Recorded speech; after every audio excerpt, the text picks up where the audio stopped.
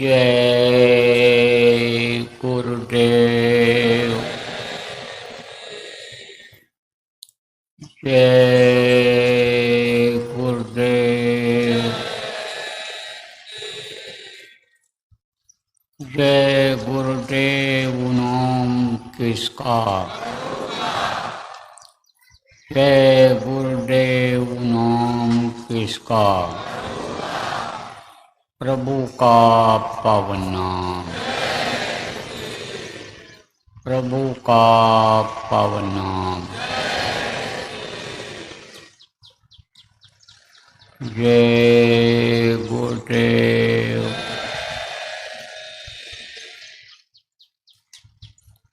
सर्वसमर्थ, सर्वत्र अस्मरणीय, दाता दयाल दीन बंधु कृपा निदान परम पूज्य गुरु जी महाराज इस जन्माष्टमी के कार्यक्रम में पधारे हुए महान अदृश्य शक्तियाँ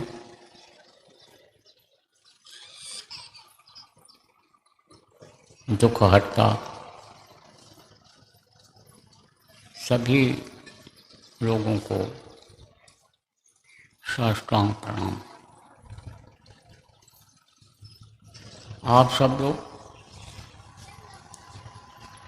जो प्रेमी लोग अपने अपने घरों से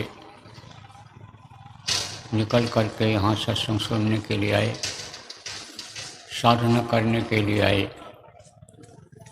दुख निवारण स्थान पर अपना दुख दर्द दूर करने के लिए आए, ऐसे सभी साधक, सत्संगी, धर्म प्रेमी बच्चियों एवं बच्चियों, आज 16 अगस्त 2025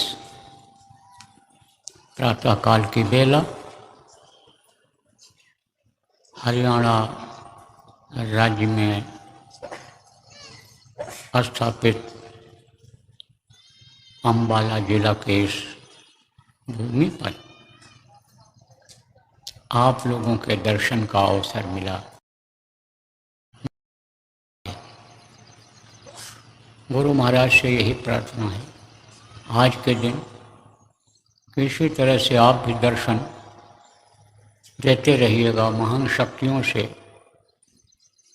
ये प्रार्थना है कि आप भी शब्द रूप में यहाँ विराजमान होकर के दर्शन देते रहिएगा,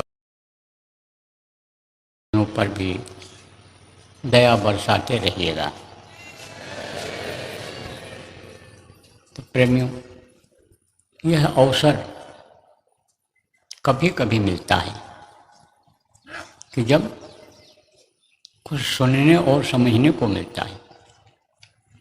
सत्संग की दो बातें कान में पड़ती हैं जिससे हर तरह की जानकारी होती है, लोक बनाने की, परलोक बनाने की, शरीर स्वस्थ रखने की, मन स्वस्थ रखने की, चित्त स्वस्थ रखने की, विचार भावनाएं स्वस्थ रखने की। यह अवसर जीवन में कम मिलता है और यह अवसर जब आवे तब अपना सौभाग्य समझना चाहिए। तो भाग्य मेरे जागे, आज हम लोगों के भाग्य जागे कि यहाँ पर कुछ सुनाने को मिल रहा है और आपको सुनने को मिल रहा है। आयोजित इस सत्संग के कार्यक्रम में शरीक होने का अवसर मिल रहा है, शामिल होने का अवसर मिल रहा है। तो प्रेमियों, आज का यह स्थान और आज का यह समय जीवन के लिए बहुत ही महत्वपूर्ण समय है कि जब इतनी भारी संख्या में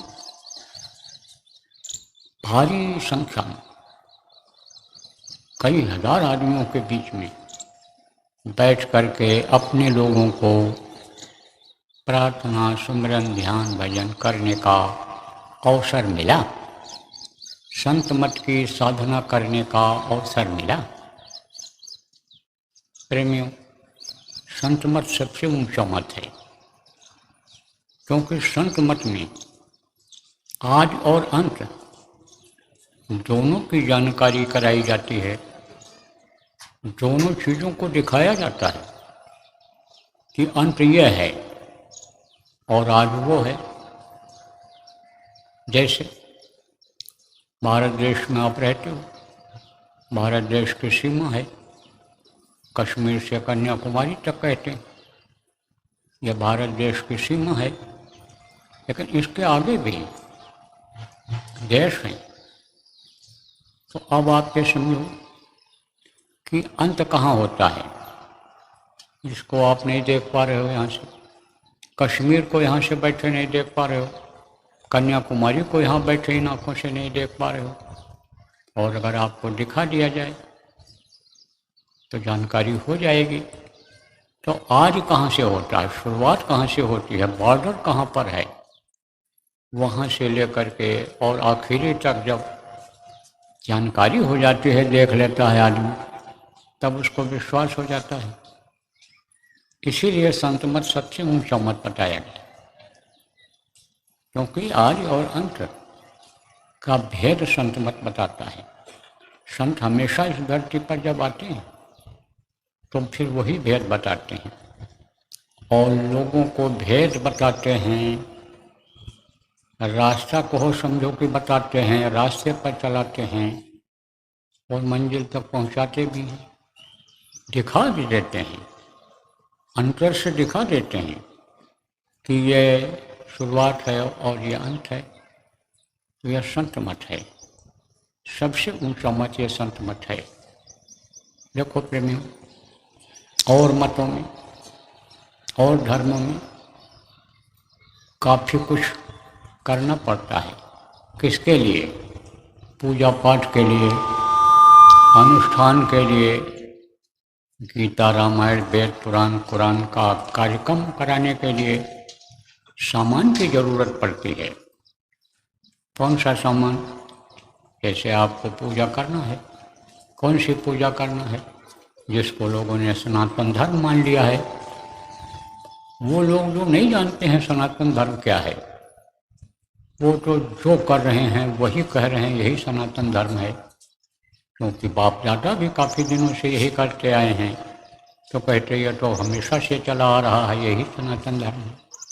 लेकिन सनातन धर्म ये है कि जो अभी आपने किया यह शुरुआत से चला आ रहा है। ध्यान लगाने का, भजन करने का, यह शुरुआत से चला रहा है। भजन करने का तो थोड़ा देर में चला, बाद में शब्द को पकड़ाने का, लेकिन ध्यान तो उस समय भी लोग लगाते थे जब सतयुग था, जब इस धरती पर लोग उतारे गए थे, पैदा हुए थे, उस वक्त पर सतयुग था। सतयुग योगी सब विज्ञानी करि हरि ध्यान तरहि भो प्राणी। ध्यान उस समय भी लोग लगाते थे, भजन बाद में करने लगे जब दुर्भाव। तब उन्होंने कहा भाई आप ये समझो, शब्द के पकड़े बगैर ये जीवात्मा ऊपर नहीं जा सकती है। ध्यान लगाने में कुछ ही दूर तक जा पाएगी, लेकिन वो शब्द को नहीं पकड़ पाएगी। ध्यान में और शब्द को पकड़ेगी भी, तो ध्यान में जहाँ तक का भेद लोगों को मालूम होगा वहीं तक के लिए वो शब्द खींचेगा। अपने देश, अपने घर, अपने मालिक के पास वो नहीं पहुँचा पाएगा ये ध्यान।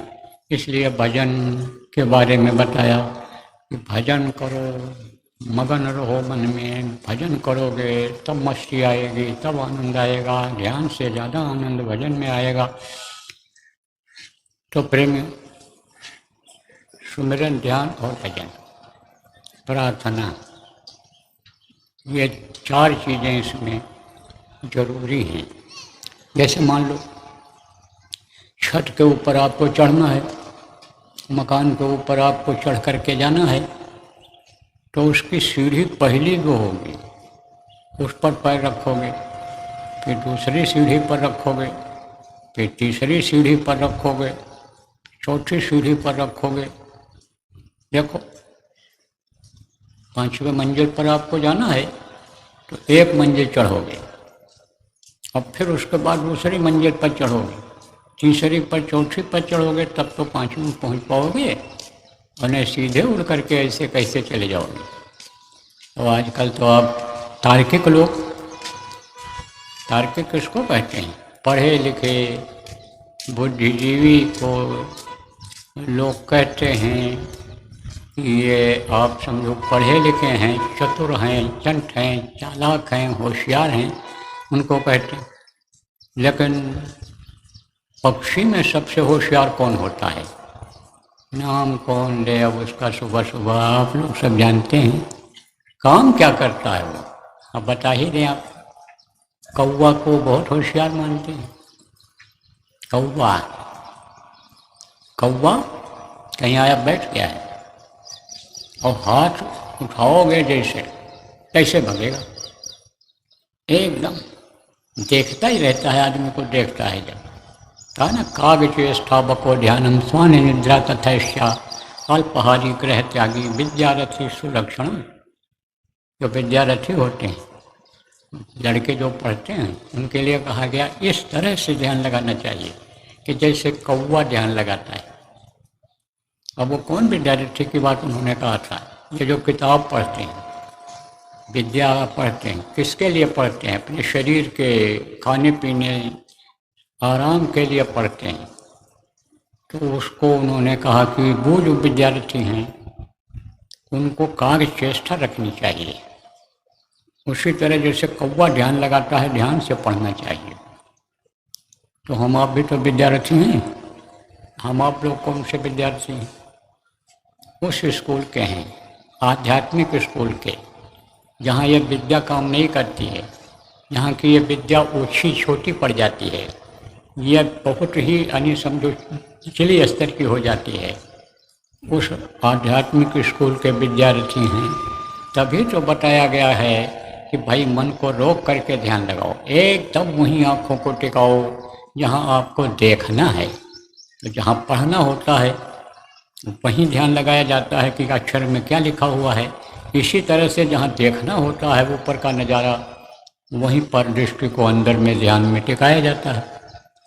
तो कहा काग चेष्टा बको ध्यान। बगुला अपने यानी समझो कि शिकार के लिए हमेशा होशियार रहता है, खाने के लिए हमेशा होशियार रहता है।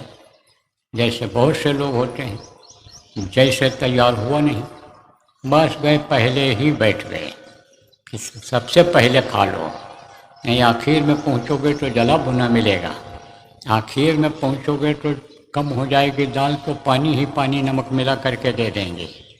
इसलिए पहले ही होशियारी करते हैं। ऐसे ही साधक को ये चाहिए कि हमारी आत्मा को कब खुराक मिल जाए, कब इसको शब्द मिल जाए और शब्द का आहार मिल जाए जो बहुत दिनों से भूखी है। काक चेष्टा बको ध्यानम स्वान निद्रा तथैष्या।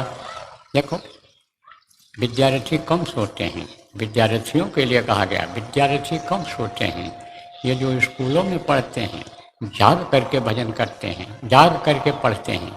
ऐसे भजनानंदियों को कहा गया कि जाग करके भजन कर लो, रात को शांति वातावरण रहता है, आलस्य न करो, आलस्य को छोड़ करके भजन में लग जाओ कि जिससे पूरा खुराक मिल जाए, चार्ज हो जाओ दिन भर के लिए। काक चेष्टा बको ध्यानम श्वान निद्रा तथैष्या अल्पाहारी।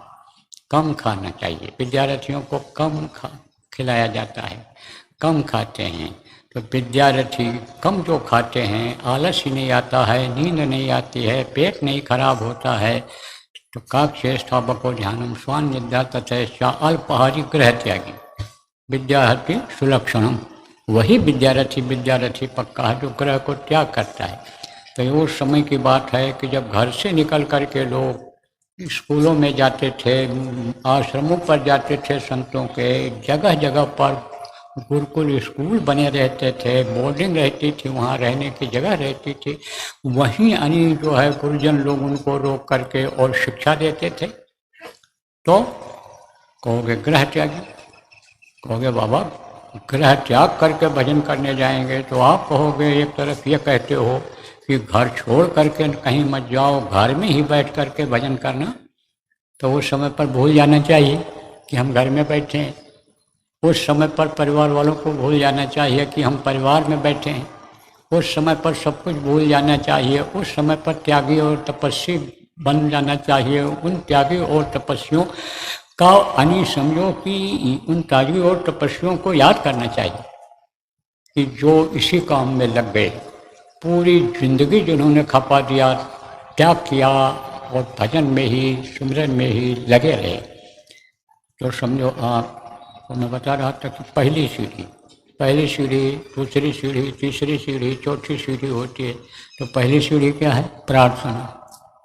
तो प्रार्थना कैसी होनी चाहिए कि जैसे से मन नाचने लगे और मन के अंदर ये, और मन ये जो शरीर के अंदर में है, उससे शरीर नाचने लगे, सिर घूमने लग जाए, हाथ पैर पटकने लग जाए, ऐसी प्रार्थना नहीं होनी चाहिए। प्रार्थना ऐसी होनी चाहिए कि जिससे उस मालिक की तड़प जग जाए। मालिक से ऐसी प्रार्थना करनी चाहिए कि जैसे अभी प्रेमियों किया गया कि यह विनती गुरुदेव हमारी।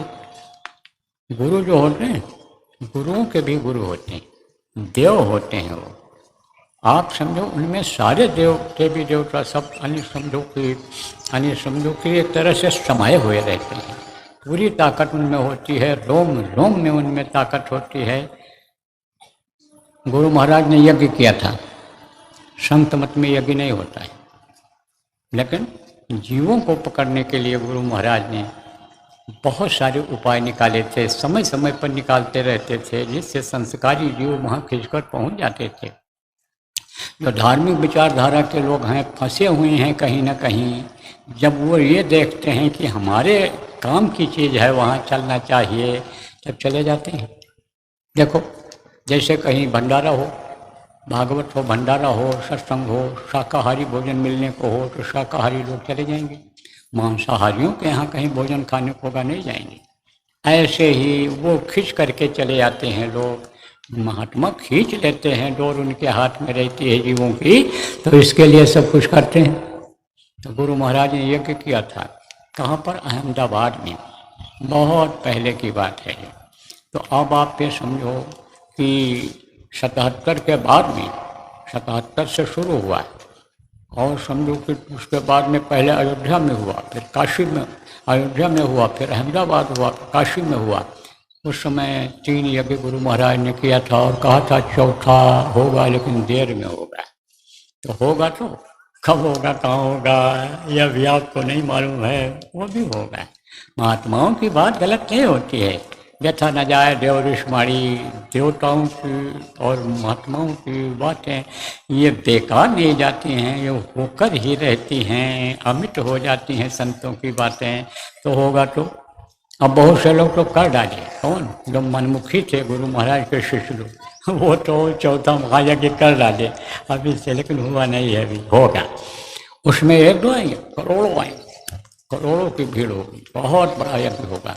तो यज्ञ गुरु महाराज ने जब किया वहाँ पर, तो एक जो है 105 वर्ष के उम्र के एक पंडित जी थे, विद्वान थे, सबसे श्रेष्ठ वही थे, वही आचार्य थे। उस समझो कि सैकड़ों जो वहाँ यज्ञ करने के लिए विद्वान लोग बुलाए गए थे, जो वेद मंत्रों के द्वारा देवताओं को बुलाए थे और उनको आहुति दिए थे, उनको खिलाए थे। तो उन्होंने कहा गुरु महाराज के बारे में, मेरे सामने की बात, मैं भी उसी में लगा रहता था, वहीं सेवा में लगा रहता था। जो भी हुआ शाकली दे दिया, बैठा दिया, उठा दिया, पट्टी बिछा दिया, मैं भी लगा रहता था, उसी गुरु महाराज की दया थी। तो गुरु महाराज, आप फिर समझो, गुरु महाराज जब जाते थे कभी कभी, तब उन्होंने जो देखा वो बताया। क्या बताया? हमारे सामने ही बात कहा। कई लोग कहे कि बाबा जी जब आते हैं तो उनके पैर के अंगूठे में मैं देवताओं का दर्शन करता हूँ, मैं देवताओं को देखता हूँ कि उनके पैर के अंगूठे में अन्य देवता चिपके हुए हैं।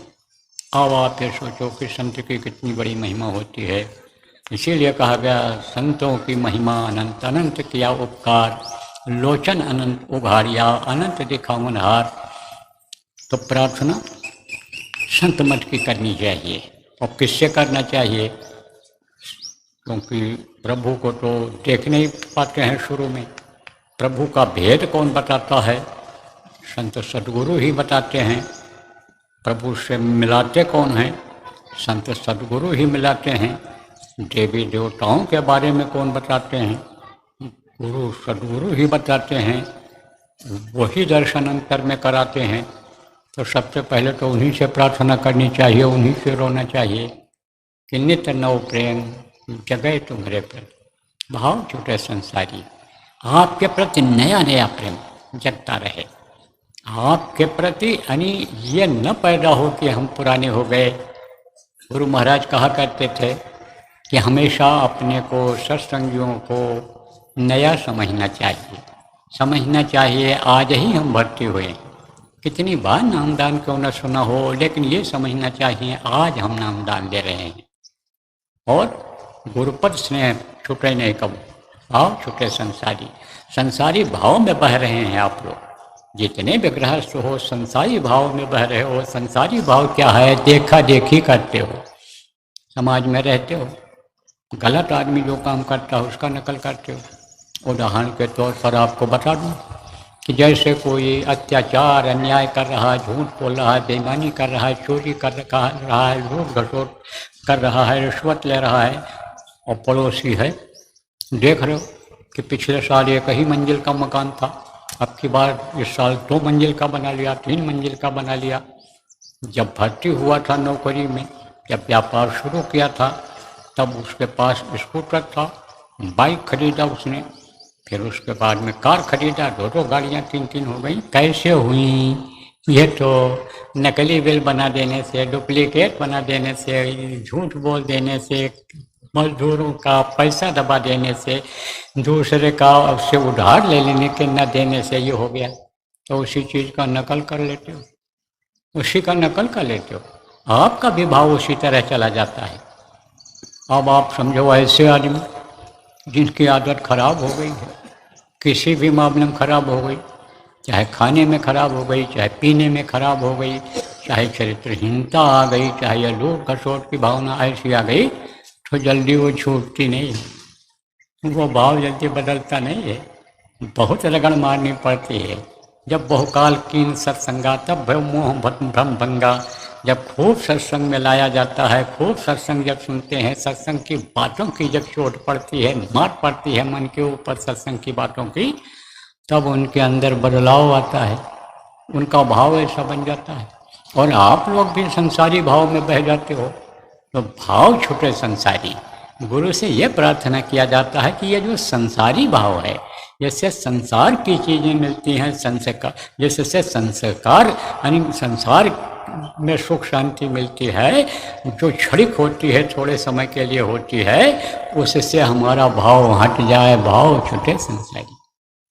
शब्दकूट की सूरत हमारी बनी रहे पनिहारी। ये जो सूरत है, ये जो जीवात्मा है, ये कहाँ की है? शब्दकूप इसको बताया है। शब्दकूप किसको कहते हैं? कूप माने कुआं और शब्द माने आवाज।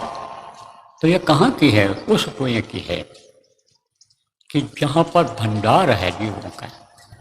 तो कहोगे भाई कुआं तो छोटा होता है और कुआं का मुंह ऊपर होता है, और ये कुआं के अंदर का पानी नीचे कैसे जाता होगा? वो तो उसको तो ऊपर निकालते हैं। तो उल्टा कुआं गगन में, जिसमें जले चिराग। कबीर साहब ने कहा कबीर साहब ने कहा इस चीज़ को, उन्होंने जो देखा वो कहा। लोग कहते हैं कबीर साहब उल्टा बोलते थे, उल्टा बोलते थे। वो लोग देखते हैं आंखों से तो कहते हैं आसमान ऊपर है, नीचे है, बाबा पागल हो गया। तो देख लिया पा गया तो पागल हो गया। अब वो पागल हो गया, आप देख नहीं पाते हो तो आप पागल नहीं हो। तभी तो वो दुखी होकर बोले थे कि चलती को गाड़ी कहें, बना दूध को खोया, और रंगी को नारंगी कहें, देख कबीरा रोया। उन्होंने कहा जो चलती है दौड़ती है उसको कहते हैं गाड़ी है, गड़ी हुई है नीचे, जो दबा दिया जाता है मिट्टी में, कहते हैं ये गड़ा धन है, ये गड़ी हुई चीज़ है, ये खंभा गड़ा हुआ है। तो कहते चलती को गाड़ी कहें और बना दूध को खोया, दूध अगर ऐसे पियोगे उतना बढ़िया नहीं लगेगा, खूब गर्म कर लोगे, गाढ़ा करके पियोगे, कहोगे बहुत अच्छा दूध है, मन प्रसन्न हो गया, खुशबू आ गई इसमें। अब वही और जब खोया बन जाता है और उसकी मिठाई खाते हो तो एक पीस खा लो, खाने के बाद तो उसी की डकार आती रहती है। अच्छा दूध अगर मिल गया, बना ले गए आप तो आप भी समझो उसको कहते हैं खोया। अरे खो दिया, जाने दे, कुछ नहीं, बेकार है, फेंक दो, ये तो फेंक देने लायक है। तो बना दूध को खोया। और रंगी को नारंगी कहें। नारंगी किसको कहते हैं? जो रंगीन होता है फल, नारंगी रंगीन फल होता है, उसको कहते हैं नारंगी। तो रंगी को नारंगी कहें, देख कबीरा रोए। कहा भाई, ही इसको देख कर मुझे दुख हो रहा है कि भाई जो असलियत है उसको नहीं पकड़ रहे, तो उल्टा कुआं गगन में ऊपर में जो है, आप ये समझो कि उसका मुंह इधर है कुएं का, किधर है मुंह? नीचे की तरफ। क्यों? क्योंकि उसमें अमृत चूता है, वहाँ से अमृत चूता है। ऐसे परम गुरु पायो, अमृत रस चुए अंगनवा, आनी समझो सोम रस चुए अंगनवा। कहते हैं ना कि ऐसे परम गुरु पायो, ऐसे गुरु हमको मिल गए कि जो अमृत का पान हमारे ही घर में, आंगन किसको कहते हैं? अपने आंगन को कहते हैं। अपने आंगन में, अपने घर में, अपने इसी मनुष्य रूपी घर में पानी दिला रहे हैं, मिल रहा है। तो समझो कि कुआं सूरत ही है वो। ये सूरत कहाँ की? सूरत माने जीवात्मा। अब जो एकदम नए लोग आए हो नामदान लेने के लिए, बता दें, जीवात्मा ही प्रमुख है, यही शरीर को चलाती है, यही प्रभु की अंश है। और यही जितने भी जीव हैं यहाँ, चलने फिरने वाले हों, चाहे ये पेड़ पौधे हों, सब में उसी की अंश जीवात्मा ये है। सबके अंदर में प्रभु की अंश है। बहुत छोटी है, इसको देख नहीं सकते बाहरी आंखों से, इतनी छोटी है ये, और यही चलाती है। हाथी को भी जीवात्मा ही चलाती है, ऊँट बकरी को भी चलाती है, और चींटी से भी छोटे कीड़े जो होते हैं उनमें भी वही आत्मा है। तो सूरत ये कहाँ की है? उसी कूप की है, ऊपर की है। ये शब्द रूपी ये जीवात्मा है, शब्द से ही ये जुड़ी हुई है, और शब्द ही इसका खुराक है, और शब्द ही इस शरीर के अंदर में आ रहा है, और वही इस शरीर को चला रहा है। तो कुआं, उल्टा कुआं गगन बताया आपको। तो सूरत यानी सूरत शब्द कूप हमारी, शब्द कूप की सूरत हमारी, और बनी रहे पनिहारी। पनिहारी का मतलब क्या होता है? कुएं से पानी निकाल करके जो औरतें लाती हैं, आज भी गाँव में उनको पनिहारन कहते हैं। पानी का हरण माने पानी निकाल करके ले करके आती हैं। हरण किसको कहते हैं? अपहरण जिसको कहते हो। किसी को पकड़ के ले गए, औरत को ले गए, आदमी को ले गए, बोले इनका अपहरण हो गया। तो अपहरण इसलिए लगाते हैं कि वो गलत ढंग से ले जाते हैं, इसलिए अपहरण लगाते हैं। आ वहीं लगता है अकाल, यानी समझो जो काल नहीं है, आ वहीं लगाते हैं। और पनिहारी किसको कहते हैं? जो मतलब ये कि हरण करके लाती है, लेकिन ज़बरदस्ती नहीं लाती है। बहुत से देखो अब भी जाते हैं कुआं पर तो प्रणाम करते हैं, कहते हैं गंगा जी हमको पानी, उनको गंगा मानते हैं। किसको? समझो भाव से, भक्ति से उनको गंगा मानते हैं पानी को, और निकाल करके लाते हैं, तो उनको पनिहारन कहते हैं। तो कहा कि ए मेरे गुरु, ए मेरे प्रभु, ये हमारी सूरत जो है, यह हमारी जो जीवात्मा है, पनिहारन बनी रहे, वहाँ से ये रस लेती रहे, पानी लेती रहे, ऐसी दया करो। तो बनी रहे पनिहारी। शब्द अमीय रस पिए निरंतर, झूले अधर्म जाए। शब्द ने बताया ना कि अमृत होता है, अमीय रस। दुनिया में ऐसा रस कोई है ही नहीं। भजनानंदी जो है, जिसके शब्द पकड़ में आ गया, और शब्द का रस जिसको मिल गया, और कह दो कि भजन करना बंद कर दो, बोलेगा मर जाएंगे, जान दे देंगे, भजन करना नहीं छोड़ेंगे, घर से निकाल दो, कुछ भी करो, लेकिन ये चीज़ नहीं छोड़ सकता हूँ। दुनिया का राज दे दो, दुनिया का मालिक बना दो, संपत्ति दे दो, कुछ नहीं उसके साथ। क्यों? क्योंकि छोटी चीज़ में कौन फंसने जाएगा? उसी से तो निकला है भजनानंदी गृहस्थ आश्रम से, छोटी चीज़ों में फंसा हुआ था, छोटे ही जगह पर फंसा हुआ था, उसी से तो निकला है। थोड़ी देर के लिए, घंटा 2 घंटा समय निकाल करके, फिर उसमें क्यों फंसने जाएगा? और बड़ी चीज़ जब मिल जाएगी तो छोटी चीज़ के लिए, उसके लिए कोई कीमत नहीं रहेगी। अब जैसे मान लो बढ़िया नई साइकिल ला करके किसी को दे दो, कार से चलता है तो साइकिल चलाएगा, कहेगा खड़ी कर दो, चलाए हो तो ऐसे ही समझ लो। तो बनी रहे पनिया झूले अधर मझारी, ये जितनी भी सूरतें हैं ये सब झूल रही। तभी तो कहा झूला जब पिया ने डारी, झूले सब जीव झारी नाय। जितने भी जीव हैं ये सब झूल रहे हैं। कहाँ से झूल रहे हैं? पेंडुलम से लगे हुए। पेंडुलम किसको कहते हैं? घड़ी में देखो, बड़ी घड़ी जो होती है घंटा घर पर जो लगती थी, जिसको घंटा घर कहते थे। पहले घड़ियाँ इतनी ज़्यादा नहीं थी, तो राजा महाराजा क्या करते थे, जगह जगह पर ऐसे ऊंचा टावर बना देते थे और उसमें बड़े बड़े बड़ी बड़ी घड़ी लगा देते थे, तो वो आवाज़ करती थी। आसपास के लोग सुनते थे, 1 बज गया, 2 बज गया। जब 4 बजता था तो 4 बार आवाज़ लगती थी, टन टन टन। तो किसमें लगती थी? उसके अंदर में खोखा रहता था। जैसे आप घंटी बजाते हो तो घंटी में एक छोटा सा वो लगा रहता है और फिर उसका अंदर खोखा होता है, घंटी के अंदर खाली रहता है, तो जब हिलाते हो तो उसमें लगता है। ऐसे ही खोखा होता है, उसमें एक तरह से खाली जगह होती है और वो पेंडुलम ऐसे लटका रहता है। तो धीरे धीरे धीरे धीरे ऐसे चलता रहता है। जैसे घड़ी की सुई ऐसे चलती है, हल्का सा हिलता है और बड़ी हल्का हल्का हिलने लगा। और जैसे वो पहुंचता है, समझा, 1 सुई 2 सुई होती है, एक सुई जैसे 4 पर पहुंची और दूसरी 12 पर पहुंच गई, ऐसे ही यानी 4 बार टन टन टन उसमें लगेगा 4 बार। तो समझो उसको घंटा घर कहते हैं और वो जो लगा रहता है उसको पेंडुलम कहते हैं। तो ये जितने भी जीव हैं, हम सब लोग सब वहीं से लटके हुए हैं। जितने भी मनुष्य शरीर में हैं, कीड़े मकोड़े, सांप गोजर बिच्छू, ये जो गाय बैल ऊँट बकरी, ये जो हैं, ये जो देवी देवता हैं, ये जो अन्य ब्रह्मांड के जीव हैं, ये सब पेंडुलम की तरह से ऐसे लटके हुए हैं। ऐसे सब कहाँ से लटके हैं? धुरी से। धुरी कहाँ है? धुरी वो सतलोक में है, अनामी लोक से जुड़ी हुई वो धुरी है। वो वहाँ तक की धुरी, वहाँ से धुरी यहाँ लटकी हुई है कि जैसे ऊपर से आप ये समझो कि लिफ्ट का कनेक्शन होता है। एक जगह पर समझो लिफ्ट आती है, रुक जाती है, दूसरी जगह पर आती है, फिर रुक जाती है, फिर तीसरी मंजिल पर आती है, रुक जाती है। ऐसे ही वो लटकी कहाँ से रहती है? तार के द्वारा ऊपर से। लिफ्ट जानते हो? अरे पढ़े लिखे लोग हो, घरों में बहुत से लोग लगवाए भी होंगे, जिस पर बड़े आसानी से खड़े हो जाते हैं, बैठ जाते हैं और यहाँ बैठो, ज़मीन पर बैठो, 100 मंजिला मकान पर, 150 मंजिला मकान पर आप ऊपर चढ़ जाओ, उसको लिफ्ट कहते हैं। तो ऐसे ही जैसे वो लटका रहता है, ऐसे ही ये जीव सब लटके हुए हैं।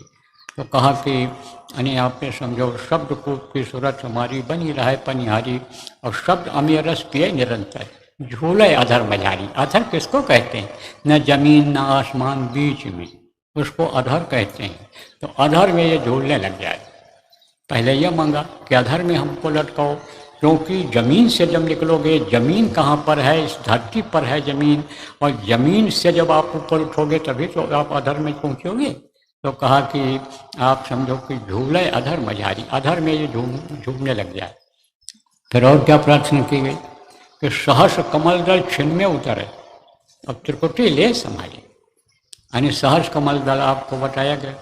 नए लोग आए हो आज नामदान शाम को, गुरु महाराज की दया रहेगी, जब मिलेगा तो बता दिया जाएगा। तो आप ये समझो सहस कमल दल छिन में उतरे, पल में उतरे। पल किसको कहा जाता है? छिन किसको कहा जाता है? आप ये समझो, कहा ना कि यह विनती है पल पल छिन छिन, रहे ध्यान तुम्हारे चरणों में, गुरुदेव तुम्हारे चरणों में, प्रार्थना बोली जाती है। यह विनती, विनती माने प्रार्थना, आप समझो रिक्वेस्ट जिसको इंग्लिश में कहते हो। तो ये है कि आपके चरणों में ही स्नेह लगा रहे, आपका चरण न छूटे, ये विनती हमारी पल पल है, छिन छिन है। तो पल किसको कहते हैं? समय के सबसे छोटे माप को पल कहते हैं। जैसे आपका घंटा मिनट सेकंड होता है, सेकंड जो 2 मिनट घंटा होता है बड़ा होता है, काफ़ी देर में घंटा बजता है, घंटा आता है, और मिनट जो होता है वो जल्दी आ जाता है, और सेकंड ऐसे तुरंत निकल जाता है। तो कहा कि आप ये समझो कि क्षण भर में यानी ध्यान लगाते ही ऐसी दया करो कि वो हम पार कर जाएं, क्योंकि वहाँ से पार होना बड़ा मुश्किल होता है। कहाँ से? काल के लोट से, सहस्र कमल से, वो उनका नाका है, नाके से पार होना बड़ा मुश्किल है। इधर का देखो इतना फंसाव है कि समझो कि यानी जगत जाल, जगत जाल, हृदय जाल और काल का जाल और महाकाल का जाल, इसी में तो फंसे हो। इसीलिए जीवात्मा का जन्म नहीं हो पा रहा है, जन्माष्टमी भी नहीं कर पा रहे हो अंदर में आप लोग। कैसे? जगत जाल किसको कहते हैं? एक गाय थी, एक भैंस थी, बोले और इनकम बढ़ जाएगी, दूध ज़्यादा होने लगेगा, एक और पाल लिया, एक और पाल लिया। अब दो की जगह यानी फिर बोले कि और थोड़ा और बढ़ा दें, और बढ़ गई। कुछ जो बच्चे थे बड़े हो गए, वो और बढ़ गए। अब आप फिर समझो कि जानवर बढ़ गए। आप समझो एक बच्चा था, बोले एक और पैदा कर लो, दूध कहते हैं और पूत कहते हैं, इससे मन किसी का भरता है? उसी काम में लग गए, बच्चा पैदा करने के ही काम में लग गए। अब फिर जब पैदा कर लिया, बहुत से लोग देखो मन चले होते हैं, एक शादी किया और फिर दूसरी भी कर लेते हैं। अब ये नहीं देखते हैं कि पहले लोग एक शादी की जगह पर दो दो तीन तीन जब किया तो क्या हाल हुआ। अरे देखना चाहिए कि एक शनि राजा के 3 रानियां थीं, राजा दशरथ, और उनको जो है पुत्र शोक में औरत के कैकेयी के कारण ही अपना प्राण त्यागना पड़ा था, लेकिन इस चीज़ को नहीं सोच पा रहे। अब समझो कि एक जिन्होंने किया है इसमें, देखो उनका क्या हाल है, और जो मन में भाव बनाए हुए हो कि एक की जगह 2 3 4 हो जाएं, उनका क्या हाल होगा। ये बात समझ लेना चाहिए आपको। इन्हीं लोगों से पूछ लेना चाहिए जिनके यहाँ जोता लात मार पीट लड़ाई झगड़ा, घर छोड़कर भगना, नाराज होना लगा हुआ है। तो अब आप ये समझो ये क्या है। जब शादी करोगे तो खिलाना पड़ेगा, कपड़ा लाना पड़ेगा, बच्चा पैदा करोगे तो पढ़ाना लिखाना पड़ेगा, दवा दुआ का इंतजाम करना पड़ेगा, तो ये सब करना पड़ेगा। तो ये क्या है? जगत जाल है। ये जगत जाल है, ये संसार का जाल है। फिर उसके बाद में हृदय जाल है। हृदय जाल में क्या है? ये बिछा हुआ है ताना बाना, अंदर में कमल हैं और अंदर में अन्य स्थान है लोगों का, किसका? देवी और देवताओं का। और ये देवी देवता जिनकी परछाई अंदर में पड़ती है, उनका रूप अंदर में दिखाई पड़ता है। ये चाहते नहीं हैं कि ये जीव आगे बढ़े और हमारी जो परवरिश हो रही है वो न हो पावे। देवताओं को कौन खिलाता है? आदमी खिलाते हैं। देवताओं का भोजन क्या है? खुशबू, सुगंधी। और चाहे दूध की खुशबू हो, चाहे बर्फी की खुशबू हो, और चाहे ये मेवा की खुशबू हो, चाहे ये पेड़ पौधे अच्छे खुशबूदार फलों की खुशबू हो, चाहे अन्न की खुशबू हो। खुशबू बनी जाती है सुगंध, यानी समझो सुगंधित भोजन उनका है। तो उसको कौन खिलाता है? पेड़ आदमी लगाता है, गाय बैल आदमी पालता है, और जो है समझो मेवा जिसका बनता है सूखा फल का, वो सब आदमी करता है। और आदमी ही जो नहीं जानते हैं इनको खिलाते हैं, आहुति दे करके, जौ तिल घी मेवा आग में डाल करके और उनको खिलाते हैं, भोजन देते हैं। तो आदमी ही तो कर रहे हैं।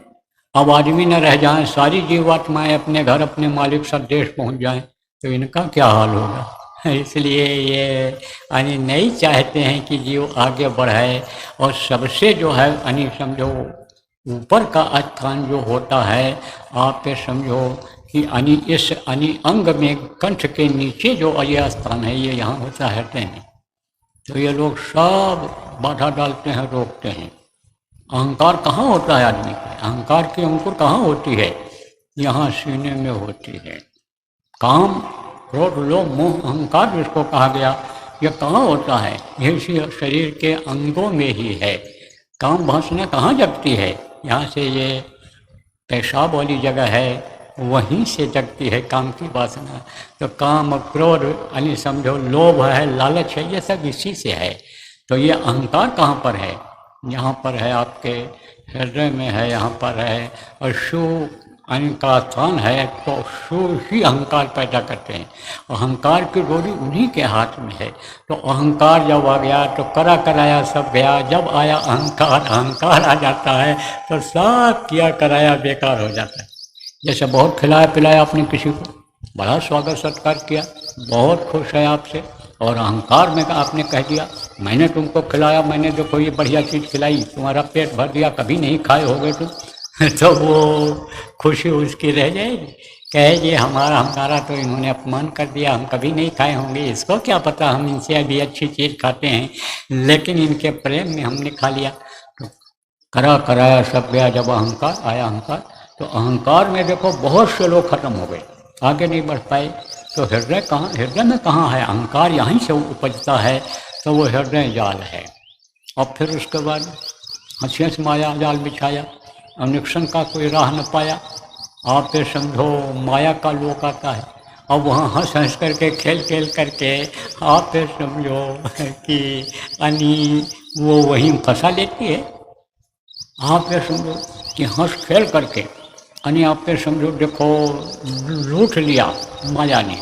माया रूप किसको कहा गया है, औरतों को। चेतन माया ये हैं, और जड़ माया किसको कहते हैं, रुपया पैसा को। देखो यही आदमी के भाव को खराब कर देता है, यही दोनों चीज़ें आदमी को यानी समझो अपने परमार्थ के रास्ते से अलग कर देती हैं प्रेमियों। तो हंसी से माया जाल बिछाए, एक जाल में नहीं फंसोगे, मोटे जाल में तो और पतला जाल, फिर तीसरा जाल, फिर चौथा जाल, तो ये जाल बिछा हुआ है। और फिर कहल ने अलग ही जाल बिछा दिया, जो जो गए वो वापस कर रहा है, नीचे जाओ ऊपर नहीं जा सकते हो। तो प्रार्थना किया साधक ने, क्या प्रार्थना किया, हमने आपने भी किया है भी, कि उसको हम क्षण भर में पार कर ले जाएं। जो बाधा है, जैसे बहुत से लोग आपके कहते हो भाई रास्ता खराब है, लेकिन खराब रास्ते को अगर पहले पार कर लेंगे और फिर अच्छा रास्ता मिल जाएगा तो हम जल्दी पहुंच जाएंगे। और अच्छे रास्ते से गए खराब रास्ते में, जब थकावट आ गई चलते चलते, गाड़ी चलाते चलाते, तब और तकलीफ बढ़ जाती है। तो समझो कि यानी ये खराब चीज़ जो है, खराब रास्ता है, उसको हम आसानी से पार कर ले जाएं, क्योंकि गुरु ही दया करते हैं जब, तब वो दरवाज़ा खुलता है जो रोक इन्होंने लगा रखा है, जिसको वज्र दरवाज़ा कहते हैं। गुरु ही जब चाहते हैं तब वो खुलता है। और गुरु को अगर हमेशा सामने रखें तो जहाँ भी फंसेंगे साधक लोग, वहाँ गुरु आकर खड़े हो जाएंगे, और गुरु खड़े हो जाएंगे तो अपने आप वो दरवाज़ा खोल देंगे। क्योंकि गुरु का आना जाना 24 घंटे वहाँ रहता है। जब हमें छिन जाएं, छिन माने छोटा समय होता है, समय का सबसे छोटा को छिन कहते हैं, पल कहते हैं, तो पल भर में यानी वो खुल जाता है।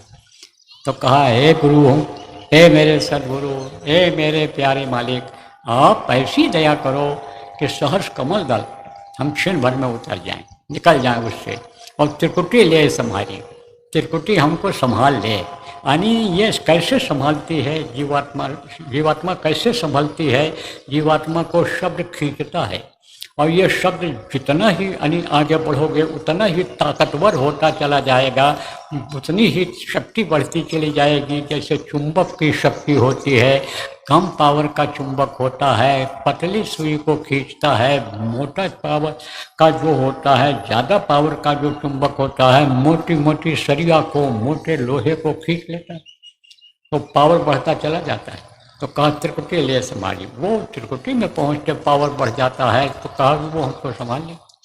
और फिर उसके बाद जब आगे जाएगी तब आप फिर समझो निर्खय रूप हंस वह अपने मानसरोवर एक है, वहाँ पर तालाब है, बहुत बड़ा है, अमृत से समझ लो भरा हुआ एक तरह से। देखो प्रेमी, कहीं कहीं पर जो है गर्म पानी निकलता है, गर्म पानी का कुंड होता है, गर्म पानी निकलता रहता है। कहीं कहीं पर ठंडा पानी, इधर आप चले जाओ नेपाल में देखो, यानी समझो कि जमीन फाड़ करके ऐसे पानी अपने आप निकला करता है, कोई बोरिंग नहीं, कुछ नहीं, निकला करता। ऐसे गर्म पानी का सोता मिल जाता है नीचे से, और गर्म पानी निकलता है, तो उसमें जो है लोग नहाते हैं, उस पानी से नहाते हैं। तो उस नहाने से क्या होता है, नहाने से ये जो धमौरी हो जाती है, ये जो हल्का फुल्का चर्म रोग हो जाता है, उससे वो ठीक होता है। आप देखो वहाँ देहरादून में जाओ, उधर आप जाओ तो उधर एक नमकीन पानी निकलता है, उससे वो कहते हैं खारा होता है, ये इससे भी स्किन यानी समझो चमड़ी साफ हो जाती है। ऐसे ही प्रकृति ने सारे इंतजाम कर रखे हैं, दे दिया है।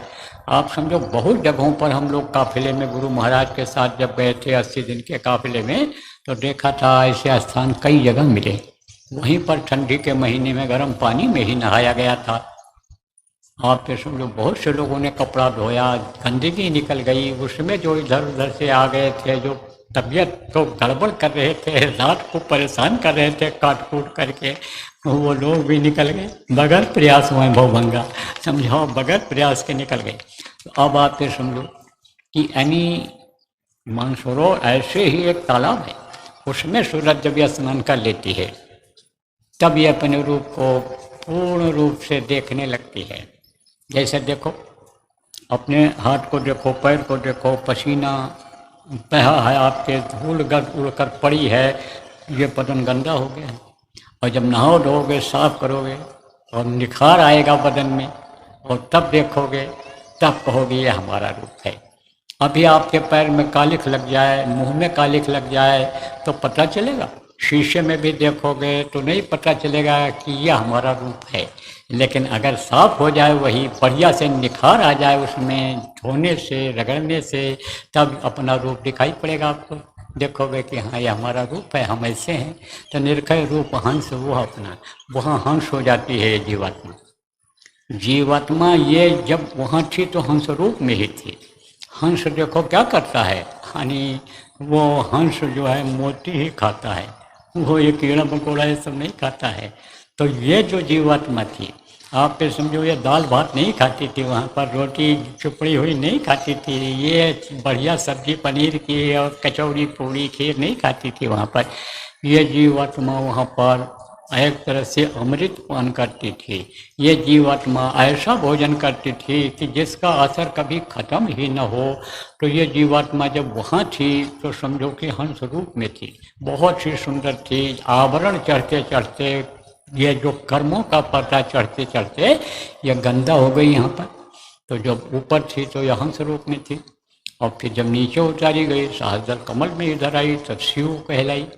और जब ये इस मनुष्य शरीर में बंद कर दी गई, तब इसको जीव कहा जाने लग गया। तो ये फिर ये जिसको फिर आत्मा, जो ये परमात्मा से जुड़ी हुई, तो संतों ने उसके आगे, जीव के आगे आत्मा लगा दिया कि आपसे जुड़ी हुई हो, परमात्मा से जुड़ी हुई हो। संतों ने देखा, भेद जब खोला, तब इसका नाम जीवात्मा रख दिया। तो अब आप ये समझो, यह हंस रूप जब होती है, साफ हो जाती है बिल्कुल, वहाँ कुछ नहीं रह जाता है, किसी तरह का कर्म नहीं रह जाता है, धुल जाता है कर्म। तो यही धुल जाता है जब इस पिंडी शरीर से निकलती है, आप ये समझो प्रकाश में जाती है, जब अपना रूप का इसको बोध हो जाता है, ज्ञान हो जाता है, तभी ये कर्म क्षीण हो जाते हैं।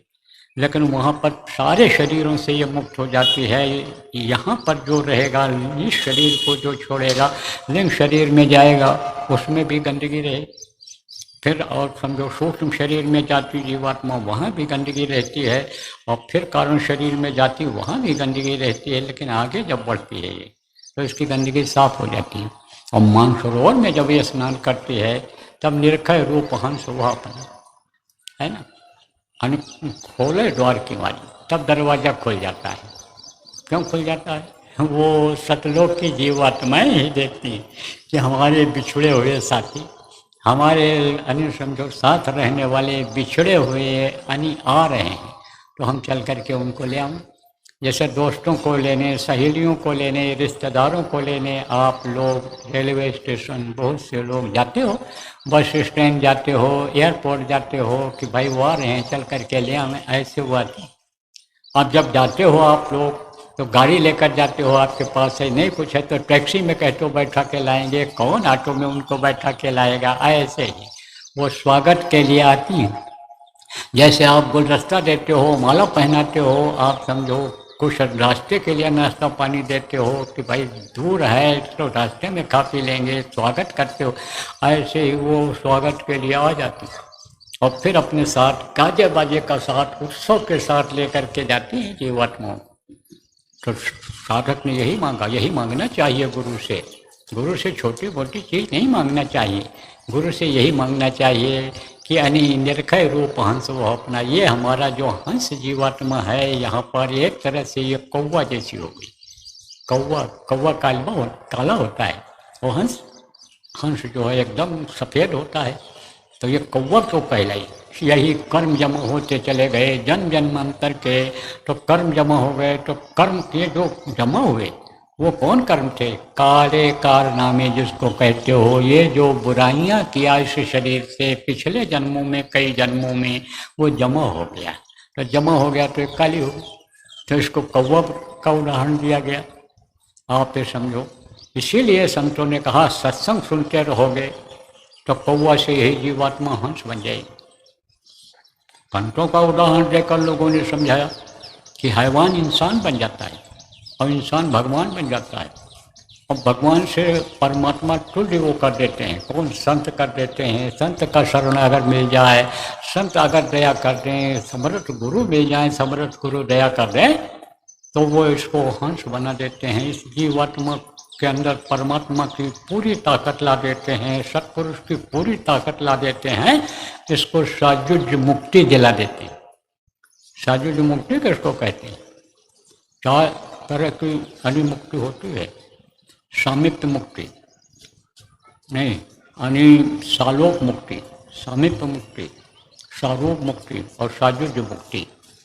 मुक्ति किसको कहते हैं? आप जो नए लोग एकदम से आए हो बताता हूँ। कहीं कहीं लिखा रहता है मुक्ति धाम मोक्ष धाम, तो वापस लाता है, चाहे 4 दिन लग जाए, लेकिन जला करके ही आता है। कहता फिर इनको वापस नहीं लाएंगे। तो जब डेड बॉडी यानी मृतक शरीर है तब कहते इसको मुक्ति मिल गई, शरीर को मुक्ति मिल जाए। कहाँ? जब अपने घर पहुँचेगी तब मुक्ति मिलेगी, नहीं तो जन्म मरण की पीड़ा बर्दाश्त करनी पड़ेगी। लौट 84 में आना पड़ेगा, लौट करके नीचे स्थानों में आना पड़ेगा। तो जब वहाँ पहुँच जाती है सतलोक में तो सालोकवासी हो जाती है, वहाँ रहती है। तो सतपुरुष के लोक की वासी वो हो जाती है। और जब और नज़दीक पहुँच जाती है, सामीप्य उनके नज़दीक जब पहुँच जाती है, जैसे कोई आदमी अमेरिका से आया, बम्बई पहुँचा और दिल्ली उसको प्रधानमंत्री के पास, राष्ट्रपति के पास पहुँचना है, तब वहाँ पहुँच जाता है तो फ़ोन करता है भारत पहुँच गए हम, वहाँ पर अब हम वहीं पहुँच गए, नाश्ता कर रहे हैं, खा रहे हैं, रह रहे हैं वहाँ पर, अब हमको सवारी मिलेगी तब हम जाएंगे। तो अब आप ये समझो, फिर जब वहाँ पहुँच गए दिल्ली, मान लो राष्ट्रपति से मिलना है, राष्ट्रपति भवन के पहुँच गए तो उनके नज़दीक पहुँच गए, तब कहते हैं सामिप्य। और फिर समझो कि यानी सारूप किसको कहते हैं? कहीं कहीं का ये नियम होता है कि इस स्कूल के जो बच्चे हैं वो भी वही ड्रेस पहनेंगे, वही मास्टर पहनेंगे। कहीं कहीं कंपनियों में देखो, जो मेट और मुंशी हैं और जो उनके इंजीनियर हैं और जो लेबर काम करने वाले हैं वो सब एक ही ड्रेस पहनते हैं। मालिक भी कभी कभी वही ड्रेस पहन करके उनके बीच में, तो ऐसे ही यानी समझो वो सारूप हो जाते हैं, उनके जैसे ही हो जाते हैं। ऐसे ही यानी सारूप उनके नज़दीक जब जीवात्मा पहुंचती है तब समझो। कुछ जगहों का ऐसा नियम होता है, मंदिरों में आप देखिए, गुरुद्वारा में से पानी बहता रहता है और वो हम उसमें से होकर के पैर धोकर जाना पड़ता है, सबको पैर धोकर जाना पड़ता है। कुछ ऐसे भी स्थान हैं कि जहाँ कपड़ा पहन करके कोई जाता है तो अपना कपड़ा उतरवा देते हैं और धोती पहन करके ही वहाँ अंदर जाना रहता है। ऐसे विदेशों में इस्लाम धर्म में भी है। कहाँ? आबू धाबी में एक बहुत अच्छी मस्जिद बना रखा उन्होंने, लेकिन उसके अंदर अगर वहाँ जाना है तो पैजामा पैंट पहन करके ही जाना है, धोती पहन कर कोई नहीं जा सकता। ऐसा नियम बना दिया है उन्होंने, समझा। वो ये चाहते हैं कि हिंदू इसमें न प्रवेश करें। कुछ ऐसे स्थान हैं कि जहाँ पर लोग कहते हैं इसमें इस्लाम धर्म के लोग नहीं जा सकते, इस मंदिर में तो अलग अलग नियम बना रखा है लोगों। तो वहाँ पहुँच जाए जो, वो उसी तरह का वेशभूषा यानी धारण हो जाता है, उसको उनके जैसा दिखने लग जाता है। जैसे आपके धर्मशाला है, हिमाचल प्रदेश में, जहाँ ये दलाई लामा रहते हैं, तो वहाँ पूजा करते हैं वो लोग अपने अपने तरीके से। तो बोलते हैं ऐसे, फिर कोई नगाड़ा बजाता है तो फिर ऐसे एक जो है मिट्टी के बर्तन में रखे रहते हैं, उसको थोड़ा सा पीते हैं, फिर समझो करते हैं, तो सब एक जैसे दिखते हैं।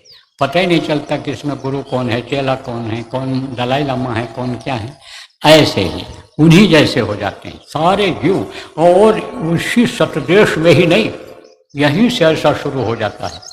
शिवलोक में पहुँचे तो शिव जैसे दिखाई पड़ते हैं सब लोग, और शिव लोक में पहुँचने वाले के अंदर शिव की ही ताकत आ जाती है। ब्रह्मा के लोक में, विष्णु के लोक में जहाँ ये जीवात्मा पहुँचती है, उनकी ताकत आ जाती है, उन्हीं रूप में हो जाती है। तो सारूप मुक्ति होती है।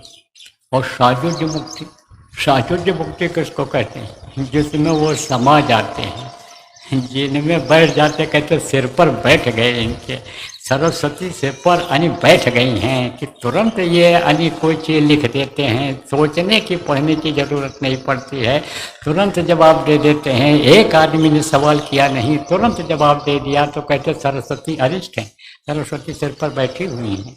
नीचे ये मिल जाती हैं। सरस्वती कौन है? ये लिंग स्थान पर ही मिल जाती हैं जब साधना की जाती है। इनको अष्टांग योग, हठ योग, कुंडली जगाने वालों को भी मिल गई। आपके समझो कि जब वो चक्र रुका, इंद्रिय चक्र रुका, तो ब्रह्मा, सावित्री, गायत्री, सरस्वती ये सब दिख जाती हैं। तो जैसे सरस्वती को कहा गया, ऐसे ही उनकी पूरी ताकत आ जाती है। गुरु महाराज के अंदर हमारे उनकी पूरी ताकत थी, और तब भी थी, अब तो वो उन्हीं रूप में हो गए, उन्हीं जैसे हो गए, शब्द रूप में हो गए गुरु महाराज। तो आप ये समझो उसको सायुज्य मुक्ति कहते। तो जो उनके गुरु थे, किसके? गुरु महाराज के गुरु महाराज थे, उनकी दया हुई उनके ऊपर। जिनकी दया गुरु महाराज की प्रेम में हमारे ऊपर हो रही है, आपके ऊपर हो रही है, ऐसे ही गुरु को जो मान लिया भाव से, प्रेम से, भक्ति से, गुरु की बातों पर विश्वास कर लिया, गुरु के आदेश के पालन में जो लग गए, उनके ऊपर, सबके ऊपर दया हो जाती है, सबके ऊपर हो जाती है। तो गुरु महाराज के ऊपर उनके गुरु की दया हुई। मुझे तो 40 साल रहने का मौका मिला। हम लोग जब कहते थे आप कर रहे हो गुरु महाराज, आपकी वजह से हो रहा है, आपकी दया से हो रहा है, कहते सब गुरु महाराज की दया है। अपने गुरु महाराज को बराबर सामने रखते थे, श्रेय उनको देते थे।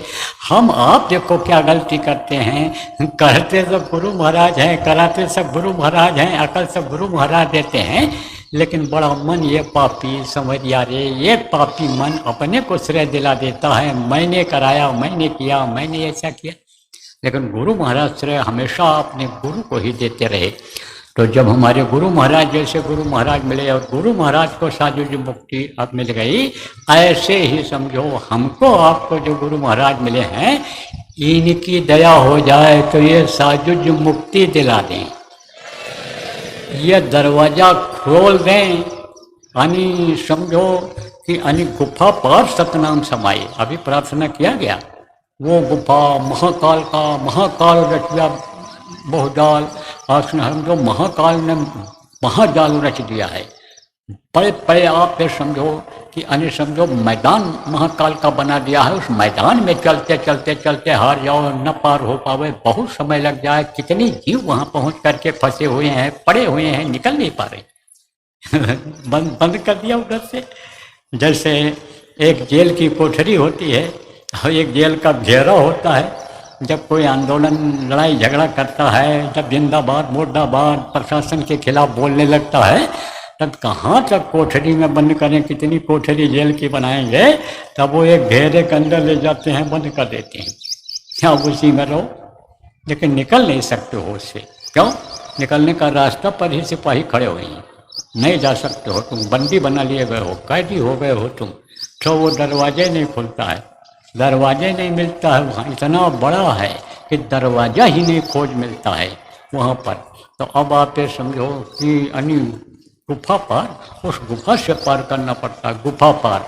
लेकिन जब गुरु की दया हो जाती है, गुरु आगे चल पड़ते हैं, गुरु साथ दे देते हैं, तो गुफा पार सतनाम समाई, फिर यह सतनाम में समा जाती है जीवात्मा। तो यही मांगा गया, अभी देखो प्रार्थना किया गया, गुरु यानी समझो कि गुरु से ये चीज़ मांगी गई, गुरु की दया प्रेमियों लेने की ज़रूरत है, गुरु भक्ति करने की ज़रूरत है। गुरु भक्ति किसको कहते हैं? गुरु भक्ति गुरु के आदेश के पालन को गुरु भक्ति कहते हैं। असली गुरु भक्ति वही है जो गुरु कहें करो तुम सोई, मन के कहे करो मत कोई, तब गुरु खुश होंगे। और गुरु खुश हो जाएंगे तभी बात बनेगी। बाकी जग रूठ जाए लेकिन गुरु प्रसन्न रहे तो कुछ नहीं हो सकता, कोई कुछ नहीं। हर रूठे तो ठोर है, गुरु रूठे नहीं ठोर, गुरु के रूठे कहीं ठोर नहीं मिलता है। इसीलिए कहा गया कि गुरु की पूजा में सबकी पूजा, गुरु समान कोई देव न दूजा। गुरु के चरणों की भीख मांगनी चाहिए, उन्हीं से चरणों को मांगना चाहिए कि अपना चरण हमको दे दो, पकड़ा दो, आपका चरण न छूटे। तो भक्ति उसी को कहते हैं, भक्ति उसी को कहते हैं कि उनकी सेवा होती रहे आपके द्वारा। लेकिन गुरु एक होते हैं मनुष्य दिन, और शिष्य तो अनेकों हो जाते हैं। अब 100 लोग अगर पैर पकड़ने लग जाएं कि हमको दबाने दो गुरु जी, हमको मालिश करने दो, हमको खिलाने दो, हमारा खाओ जो बना खिलाएं, तो ये गुरु का क्या हाल होगा? अरे हैं तो मनुष्य शरीर में ही, अरे हैं तो मनुष्य शरीर में, तो क्या हाल होगा? और एक रोया शरीर का नहीं रह जाएगा अगर सब मालिश करने लग जाएं गुरु के। कितने मोटे तगड़े हाथी जैसा क्यों न गुरु हों, लेकिन उनके जान का खतरा पैदा हो जाएगा। तो ये सेवा आप ये समझो कि सेवा का जब ये हुआ कि भाई सेवा करना है तो गुरु की सेवा करना है, तब उन्होंने तरीका निकाल दिया। क्या तरीका निकाल दिया बता दें? गुरु खुश हो गए क्योंकि गुरु भक्ति किया, भाव जग गए गुरु के प्रति अंदर में, तो गुरु खुश हो गए। तब कहे भाई अब क्या सेवा दिया जाए इनको, ये सेवा करना चाहते हैं, और सेवा अगर कुछ नहीं दी जाएगी तो ये परेशान करेंगे। तब आपको एक दृष्टांत सुनाता हूँ, इससे आप समझ जाओ। एक आदमी ने एक भूत को वश में कर लिया। तो भूत जो होते हैं कई तरह के, एक तो वो परेशान बहुत करते हैं, भूत जो निकृष्ट होते हैं, और एक होते हैं अच्छे भूत होते हैं। तो अच्छे भूत कौन हो जाते हैं? अकाल मृत्यु वाले जैसे बहुत विद्वान है, पढ़ा लिखा है, धार्मिक विचारधारा का है, लेकिन धोखा हो गया, ध्यान नहीं रखा, संभल के नहीं चला, बात को नहीं माना। कैसे? जैसे बहुत से लोगों को कहा जाता है कि रात की यात्रा मत करो अपनी गाड़ी से, क्योंकि रात को जो है विघ्न बाधा बहुत आती है, आसुरी शक्तियाँ आती हैं, परेशान करती हैं, तो उस समय न चला करो। नहीं माना और एक्सीडेंट हो गया, ख़त्म हो गया। कहा जाता है भाई लड़ाई झगड़ा मत करो, दूसरे का झगड़ा मत ले लो, फंस गया, मार दिया गया, अकाल मृत्यु में चला गया। झगड़ा वाला ऐसे ही कर लिया, मार दिया गया, अकाल मृत्यु में चला गया। तो फिर योनि में जाना पड़ता है। समय से पहले जो मृत्यु हो जाती है उसको अकाल मृत्यु कहते हैं। तो प्रेत योनि में जाना पड़ता है। तो आप ये समझो कई तरह के प्रेत होते हैं। तो एक तो परेशानी ही परेशान करते हैं और दूसरा फायदा भी करा देते हैं। तो बस में उसने किया एक प्रेत को। प्रेत ने कहा कि हम सक्षम हैं, दुनिया की कोई भी चीज़ आप कहोगे तो हम तुम्हारे लिए मुहैया करा देंगे, लेकिन हम तुम्हारे बस में तभी रहेंगे जब हमको कुछ न कुछ काम बताए रहोगे। और काम नहीं बताओगे तो हम तुमको मार डालेंगे, छोड़ेंगे नहीं हम तुमको। तब उसने कहा ठीक है, काम बताते रहेंगे, सारी चीज़ें इसी से मंगाते रहेंगे, साग सब्जी, दूध, घी, मर मिठाई, राशन पानी सब इसी से मंगा लिया करेंगे, गाय बैल भैंस का सेवा इसी से करा लिया करेंगे, कोई बात नहीं। अब एग्रीमेंट हो गया, एक तरह से इकरारनामा हो गया। कहा हाँ ठीक है, पक्का है, बात पक्की है। तो बोला आप काम बताओ, जो जो बताओगे सब करूँगा। तो कहा जाओ चारा डाल आओ, जानवरों को चारा डाल आए। कहा जाओ चारा ले आओ, खेत से काट के गया, फट से तुरंत काट करके जल्दी जल्दी ले आए। अब काट दिया, कुट्टी काट दिया फटाफट। ज़्यादा देर थोड़ा लगती है इनको जाने में, ये उड़ करके जाते हैं, भूत ऐसे उड़ के लगते हैं इसे। ऐसे जैसे आदमी चल करके एक दूसरे को पकड़ता है, ऐसे नहीं पकड़ते हैं, जो उड़ करके पहुंच जाते हैं, बहुत दूर रहते फट से आ जाते हैं। जैसे ये गिद्ध कौवा होते हैं, फट से जैसे खुशबू आई, बदबू आई जैसे मरने की जानवरों के, आदमी की, तैसे ही हवा के जरिए पहुंच जाते हैं। तो तुरंत ले आया, कहा अच्छा जाओ दूध निकाल लाओ, दूध भी निकाल के लाया, रख दिया। कहा जाओ आगरा से पेठा ले आओ, पेठा भी ले आया फटाफट। कहा पेड़ा ले आओ, पेड़ा ले आया। कश्मीर से जाओ सेब ले आओ, सेब ले आए। वो आप काम बताओ, नहीं तो मार डालेंगे। आप बहुत परेशान, भैया रात दिन कहाँ तक इसको काम बता पाएंगे। तब बोले अब जान का खतरा पैदा हो गया, अब कहाँ जाएं, क्या करें। चलो अब गुरु के पास चलते हैं। जब गुरु के पास पहुँचे तो गुरु के चरणों में गिरे। जब गुरु ये देख के मुस्कराए, क्यों? क्योंकि संत ने देखें चाल कुचाल और वो परखें अंतर का हाल। अंतर का हाल परख जाते हैं, चाल कुचाल ये नहीं देखते हैं कि दौड़ के आ रहा है, कि धीरे आ रहा है, कि कैसे आ रहा है, लेकिन अंदर का पहचान जाते हैं। देख लिए मुसीबत का मारा है, जैसे चित्रकूट में घूम रहे थे कौन? राम भगवान। तो गोस्वामी जी ने क्या कहा हंसी हंसी में कि चित्रकूट में रम रहे रघुबर और नरेश, और जा पर विपदा पड़त है सो आयो यह देश। कहा विपदा पड़ी इनके ऊपर, तो इस देश में देखो कैसे जंगल जंगल में घूम रहे हैं इधर उधर। तो ऐसे ही वो समझ गए विपदा पड़ी है इस पर, चेहरा मोहरा इसका बता रहा है। बोले बच्चा क्या हो गया? तो कहा कि महाराज मैं तो फंस गया। अरे बोले मैं तो कहा करता था कि इनसे कोई भला नहीं होने वाला है, दुष्ट का संग करोगे तो दुष्ट ही वो कहीं ना कहीं करेगा ही। सांप को अगर पालोगे, कितना भी दूध पिलाओगे, लेकिन मौका पर करके काटेगा काटेगा। शेर को पाल लो, कितना भी खिलाते रहो, लेकिन स्वभाव अपना नहीं छोड़ेगा, जब मौका मिलेगा तो हमला कर ही देगा। तो तू इसमें बच्चा क्यों फंस गया?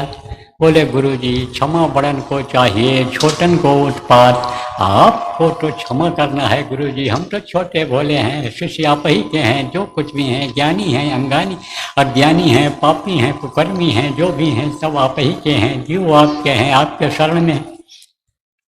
तो कहा गया ना, तन धन धाम पाम सुत जाई, तजिए न ताहि शरण जो आई। जो शरण में आ जाता है उसको तजा नहीं जाता है, अपना लिया जाता है, मदद कुछ न कुछ किया ही जाता है। तो अब आते समझो प्रेमी कि कहा कि देख अब तेरे लिए मैं आप उपाय बताता हूँ, तू वापस अभी चला जा, ये पीछे तेरे खड़ा है और कहते कि मेरे पीछे पीछे आओ। मेरे सामने नहीं आ रहा है, अब दूर खड़ा है, ये तेरे पीछे ही है, मेरे सामने नहीं आ रहा है। तो हम अब तू जा, तेरे लिए इतनी मोहलत थी, नहीं तो ये तो मरेगा ही, काम नहीं बताएगा तो। तब कहा कि इसको ले जा, कहता तू चले आओ पीछे पीछे, और वहाँ पर एक बांस मंगा के गड़वा दो इसी से, और कह दो इसी पर चढ़ो और उतरो, इसी पर चढ़ो और उतरो, जब तक हम दोबारा दूसरा आदेश न दें तब तक इसी पर चढ़ो और उतरो। अब आदेश का उसको पालन करना ही था, यही उसका यह था कि भाई जो आप हुक्म करोगे सब हम करेंगे, सब ला देंगे आपके लिए, आपका हमको आदेश बराबर मिलना चाहिए। तो यह आदेश दे दिया कि चढ़ो और उतरो, चढ़ो और उतरो। अब जब जरूरत पड़ती थी तब कोई काम कह देते थे करके फिर आ जाए, फिर आदेश दे देते थे अगला आदेश, किसी पर चढ़ो और उतरो। ऐसे ही इस मन को चढ़ाने और उतारने में गुरु लगा देते हैं कि यह और कामों में न लगाइए, यह और चीज़ को न सोचे, क्योंकि कोई भी कहीं चढ़ेगा तो ध्यान उसी पर रहेगा, उतरेगा तो उतरते समय भी ध्यान उसी पर रहेगा, इधर उधर तो ध्यान नहीं जाएगा। तो गुरु महाराज ने देखो समय समय पर कैसे काम दे दिया अपने लोगों कि जाओ शाकाहारी का प्रचार करो, जय गुरु नाम प्रभु का प्रचार करो, दूरदर्शी का प्रचार करो, वैचारिक नवयुग लोक सेवा समूह का प्रचार करो, जाओ भूमि द्योतक खेतिहर काश्तकार संगठन का प्रचार करो। समय समय पर दिया, काम दे दिया समय समय पर कि उसमें मन ये लगा रहे और चीज़ों में न फंसाइए। खेती गृहस्थी नौकरी व्यापार का जो काम करते हो आप, समझो बाल बच्चों की देख रेख करते हो, उसके अलावा और कहीं ये मन न चला जाए, कहीं ये अटक न जाए, भटक न जाए, फंस जाए ये जीव।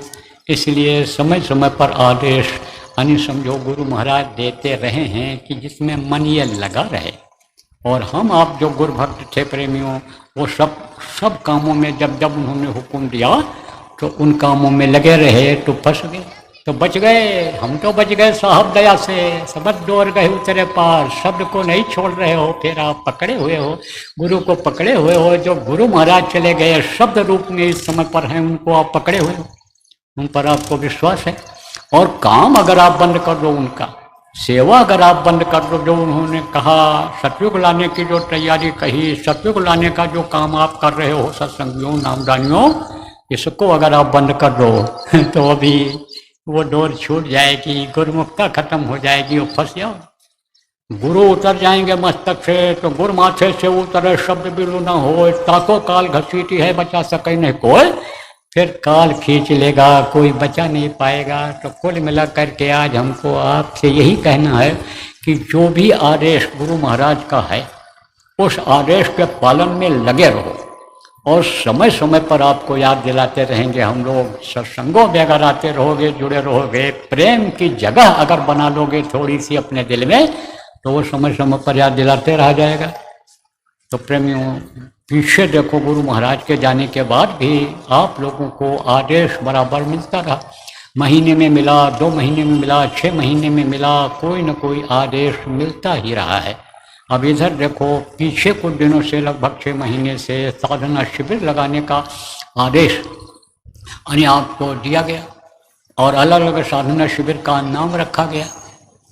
जैसे मुहूर्त का साधना शिविर, जैसे दुखहरण साधना शिविर यानी तकलीफ दूर करने वाला, और आपका यानी घाट की साधना कि अंदर में घाट है, घाट पर बैठना सीखो। मन जब साधना करोगे तो मन रुकने लगेगा घाट पर, नहीं तो अभी तो घाट पर जाते ही नहीं। जैसे नदी पार करना हो तो घाट होता है, घाट पर जाओगे तभी पार होता हो, तो मन तो घाट तक ही नहीं पहुँचने देता था। तो कहा जब बैठोगे लगातार 3 घंटा 4 घंटा बैठोगे, 3 दिन लगातार बैठोगे, 24 घंटे लगातार बैठोगे, 5 दिन बैठोगे, जब तब ये घाट पर रुकने लग जाएगा पार होने के लिए, तो आसानी हो जाएगी पार होने में। तो घाट की साधना नाम रखा गया। और फिर उसके बाद में अंडी साधना, पिंडी साधना, ब्रह्मांडी साधना। देखो समय रहेगा तो बता दिया जाएगा आजकल में आपको कि इसका मतलब क्या होता है, ये सब बता दिया जाएगा। तो उससे बहुत से लोगों को फायदा हुआ, मन रुकने लग गया, मन लगने लग गया, देर तक लोग बैठने लग गए। 56 घंटा बैठने वाले अन्य साधक हैं, यहीं मौजूद हैं। बताऊंगा नहीं, उन्हीं का पैर छूने लगोगे, उन्हीं को पूजने लग जाओगे, उन्हीं से मांगने लग जाओगे। साधक अच्छे अच्छे हैं, साधक अच्छे अच्छे। और ये लोग डायरी भी लिखते हैं, साधक लोग अपनी अपनी डायरी जो दिखाई सुनाई पड़ता है, देंगे नहीं आप, हमको तो दे देते, कभी के पकड़ा देते हैं कि पढ़ लीजिए इसको। अब फिर पूछते हैं, उसी में सवाल करते हैं डायरियों में, अब क्या करें, कैसे करें, जवाब भी मिल जाता है उन्हें। ये जरूर है कि सवाल और जवाब में फर्क होता है। कभी कभी एक सवाल, एक लाइन का सवाल का एक ही शब्द उसका उत्तर होता है, तो वो क्या होता है, वही सूत्र होता है। जैसे मैथमेटिक्स पढ़ते हैं बच्चे, यानी गणित पढ़ते हैं, तो उसमें बीज गणित होता है, अलजबरा जिसको कहते हैं, वो सूत्र से हल होता है। ऐसे सूत्र मिल जाता है उनको, लाइन मिल जाती है आगे बढ़ने की, बढ़ जाते हैं आगे। दया ऐसी गुरु महाराज की है कि वो शब्द ही मुँह से निकाल देते हैं, उसको पकड़ लेते हैं और उसमें आगे बढ़ जाते हैं। तो लोगों का मन लगने लग गया और बैठने लग गए, और बैठने लग गए तो फल उसका मिलने लग गया, क्योंकि मेहनत बेकार नहीं जाती है। व्यथा न जाए देव दुश्मणी, गुरु का वचन, संत वचन पलटे नहीं पलट जाए ब्रह्मांड।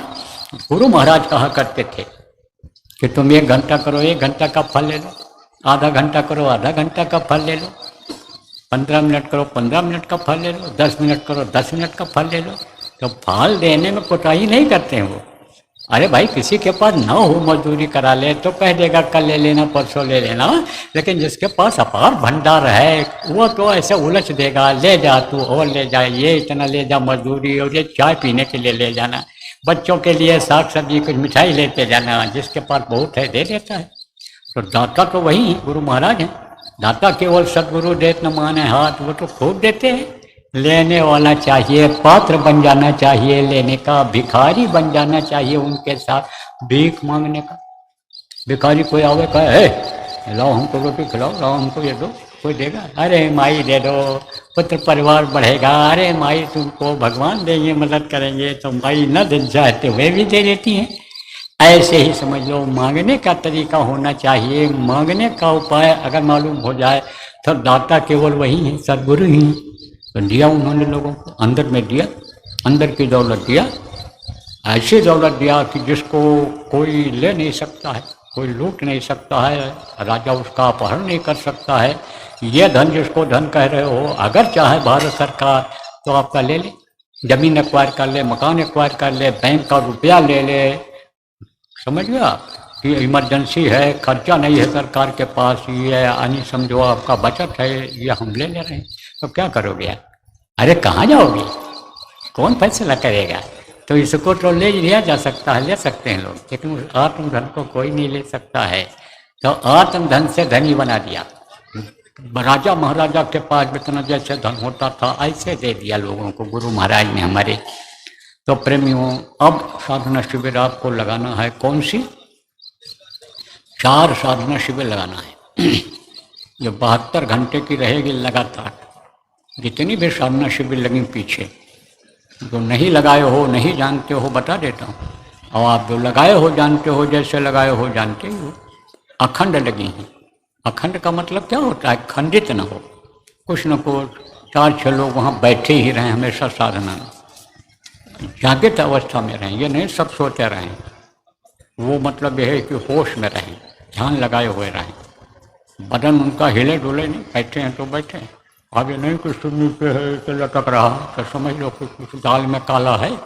तो अब आप ये समझ लो कि ऐसा नहीं होना चाहिए, ऐसा नहीं होना चाहिए, जागृत अवस्था का होना चाहिए। तो उसको अखंड साधना शिविर कहते हैं।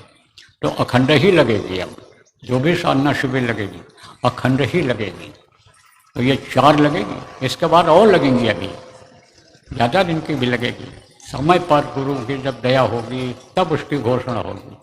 तो ये साधना शिविर आप लोगों को लगाना है। कहाँ लगाना है? विदेशों में भी जो प्रेमी हो वहाँ भी लगाओ, लगवाओ, और गाँव में जहाँ प्रेमी हैं वहाँ भी लगाओ, तहसीलों में, तालुका जिनको कहते हो, वहाँ प्रेमी हैं तो वहाँ लगाओ, ब्लॉकों में लगाओ, आप समझो उपखंड खंड कहते हो वहाँ लगाओ, जिला कहते हो वहाँ लगाओ, प्रांतों में लगाओ, सब जगह लगाओ। जहाँ प्रेमी हैं, नए पुरानी कोई भी नामदानी हो, उनके अंदर भाव भरो, भक्ति लाओ, प्रेरणा दो। एक साधे सब सत है, सब साधे सब जाए। मन को साथ ले जाओगे, शरीर को साथ ले जाओगे, गुरु को दया ले लोगे, वो तरह से वो सध जाएंगे, आपके ऊपर दया कर देंगे, तो तुम्हारा सब काम बन जाएगा, लोक भी बन जाएगा, परलोक भी बन जाएगा। जब तक इस दुनिया में रहोगे सुखी रहोगे, जब समय पूरा होगा तो निज धाम पहुँच जाओगे, निज घर पहुँच जाओ, जीवात्मा का कल्याण हो जाएगा, इसको मुक्ति और मोक्ष मिल जाएगा। तो बराबर समझाओ, समझाने वाले, बताने वाले, लगवाने वाले, मदद करने वाले, जगह आदि की व्यवस्था करने वाले, जगह जिसके पास है दे देने वाले, सबको फायदा होगा, सबको फायदा होगा। कोई खाली नहीं लौटेगा, और जो करेगा वो पाएगा, कैसा भी होगा। अगर गुरु का जो इस समय पर आदेश हो रहा है, गुरु महाराज की जो मौज है, उसको अगर आप करोगे तो गुरु माला माल कर देंगे। इसलिए दया लेने के लिए दया के घाट पर आप लोग बैठो, तो उसकी आप योजना बना लो। जो भी जिला के लोग आए हो, प्रांतों के लोग यहाँ पर मान लो इस कार्यक्रम में आए हो, या यहाँ के हरियाणा के आप समझो आए हो, आसपास के पंजाब हिमाचल के आए हो, वो सब लोग योजना बना लो और साधना शिविर की ड्यूटी लगा दो। साधना शिविर कब कहाँ लगेगा? 4 चरणों में लगेगा, और 1 महीना आपके पास अभी टाइम है। इसी में आप कभी भी लगा लो, 4 बार, 3-3 दिन का। आप ये समझो प्रेमियों कि नवरात्र शुरू होने से पहले पहले ये ख़त्म हो जाए, 4-6 दिन पहले ही ख़त्म कर दो। तो नवरात्र 22 सितंबर से शुरू हो रही, तो आप 15-16 तक ख़त्म कर दो। 1 महीना का टाइम है आपके पास, इसी में आप लगा दो। बहुत से लोगों को बताया गया तो लगा भी रहे हैं, कई जगहों पर तो लगा ही हुआ है। कल ख़त्म होगा, कहीं आज ख़त्म हुआ है, सब जगह लगाए हुए हैं, ये शुरू कर दिया। आप जो अभी तक नहीं लगाए हो, नहीं लगा पाए हो, तो एक अभियान चला दो 1 महीने का। अगली पूर्णिमा जो आवे कोशिश करो उससे पहले ख़त्म हो जाए, कि मान लो पूर्णिमा को ही कोई गुरु महाराज की मौज हो जाए, आदेश देने का कि अब इस काम में लगाओ, तो आप उस काम में लग जाओ, नहीं तो आपका यह अधूरा रह जाएगा। 1 महीना का टाइम है, आप ये समझो, तो 1 महीना के अंदर ख़त्म कर दो। पूर्णिमा से थोड़ा 2-4 दिन 5 दिन आगे भी चला जाए, कोई बात नहीं, ख़त्म करना है आपको नवरात्र से पहले पहले, क्योंकि नवरात्र से पहले आपको और कोई आदेश मिल सकता है, इसलिए आप इसको ख़त्म कर दो लगा करके। दूसरी बात देखो, समय ज़्यादा हो रहा है, हमको फिर सुनाना है। आप समझो कि आपको सुनना भी है, तो आप कहीं भूल न जाओ सुनते सुनते, और जो सुनो वो भी सब भूल जाओ, इसलिए मोटी मोटी बात ही बताना ठीक रहता है। तो देखो, अब भजन और भाव भक्ति नहीं हो पाती है अगर आदमी दुखी हो, पीड़ा हो, किसी भी तरह का, किसी भी तरह का तकलीफ हो, चाहे रुपया पैसा में दिक्कत हो, चाहे घर का लड़ाई झगड़ा हो, और चाहे घर में बीमारी हो, खुद बीमार हो, खुद टेंशन में हो, तो उसमें भजन भाव भक्ति में मन नहीं लगता है, न सेवा हो पाती है और न भजन हो पाता है। तो सबसे पहले वो दूर करना जरूरी है। तो बहुत से लोग हमसे पूछते थे, गुरु महाराज से भी पूछते थे, गुरु महाराज भी बताते थे, उपाय बता देते थे, नाम मात्र के लिए कोई जड़ी बूटी बता देते थे, उसी से फ़ायदा हो जाता था। अच्छे अच्छे डॉक्टर, अच्छे अच्छे जो लोग जो है यानी फेल हो गए, गुरु महाराज ने दया कर दिया और जड़ी बूटी निमित्त मात्र के लिए बता दिया, आप ये समझो उससे फ़ायदा हो गया। और विश्वास हमारा कब जमा गुरु महाराज पर शुरू में, जब हम गुरु महाराज के पास जाना शुरू किए थे, तो हमारे साथ एक लड़का गया था, तो हम सेवा बहुत करते थे, और वो पुराना हमसे नामदानी था, वो भी सेवा खूब करता था। तो सेवा यानी समझो हमारा भी मन लग गया सेवा में, छोटी सेवा में मन लगता था हमारा, जिसको लोग छोटी सेवा कहते हैं। झाड़ू लगाना, बर्तन धोना, लैट्रिन साफ करना, ये सब, किसी का बिस्तर उठा के लगा देना, कोई बुढ़ा है, दर्द है, तकलीफ है, पैर दबा देना, ये सब सेवा यानी इसका फल ज़्यादा मिलता है। तो आप ये समझो सेवा हम दोनों कर रहे थे। अब उसके पेट में दर्द हुआ, ऐसे यहाँ शुरू हुआ, अब अचानक हो गया, तो परेशान। अब वहाँ कोई दवा ना डॉक्टर न कुछ। उस समय पर गुरु महाराज मौजूद थे, तो किसी ने कहा जा कह ले, गुरु महाराज के खड़े हैं, सेवा हो रही थी, तन की सेवा। गुरु महाराज के पास गया तो कहा बहुत दर्द कर रहा है स्वामी जी, बहुत दर्द कर रहा है, बहुत परेशान। कहाँ? अच्छा बच्चा, कहाँ दर्द कर रहा है?